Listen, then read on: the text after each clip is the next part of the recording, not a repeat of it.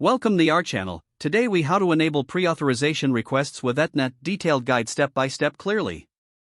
To enable pre-authorization requests with Aetna, start by logging into your Aetna provider portal account. Once logged in, navigate to the authorization section found in the main menu.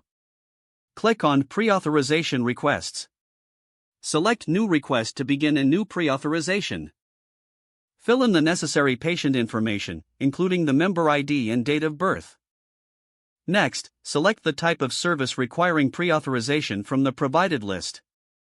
Enter the details of the requested service, including, attach any supporting documents that may be required for the pre-authorization. Review all entered information carefully to ensure accuracy. Once confirmed, submit the request by clicking the Submit button.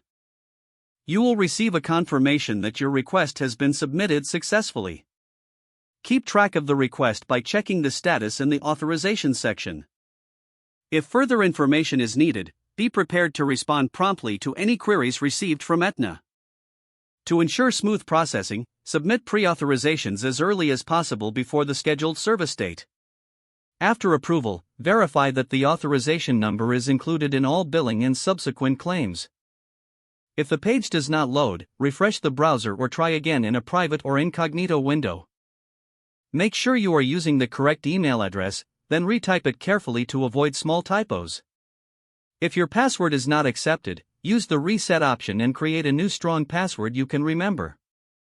Check your spam folder for verification or security emails, then complete any requested confirmation steps. Enable two-factor authentication if available to improve account security and reduce unauthorized access risk. After signing in, review your profile details so your contact information and settings are accurate and current. If you see an error message, note it down and try again after restarting your device and internet connection. Log out when you finish, especially on shared devices, to keep your account and payment information secure. If the page does not load, refresh the browser or try again in a private or incognito window.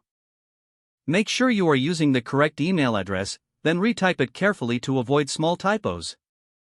If your password is not accepted, use the reset option and create a new strong password you can remember. Check your spam folder for verification or security emails, then complete any requested confirmation steps.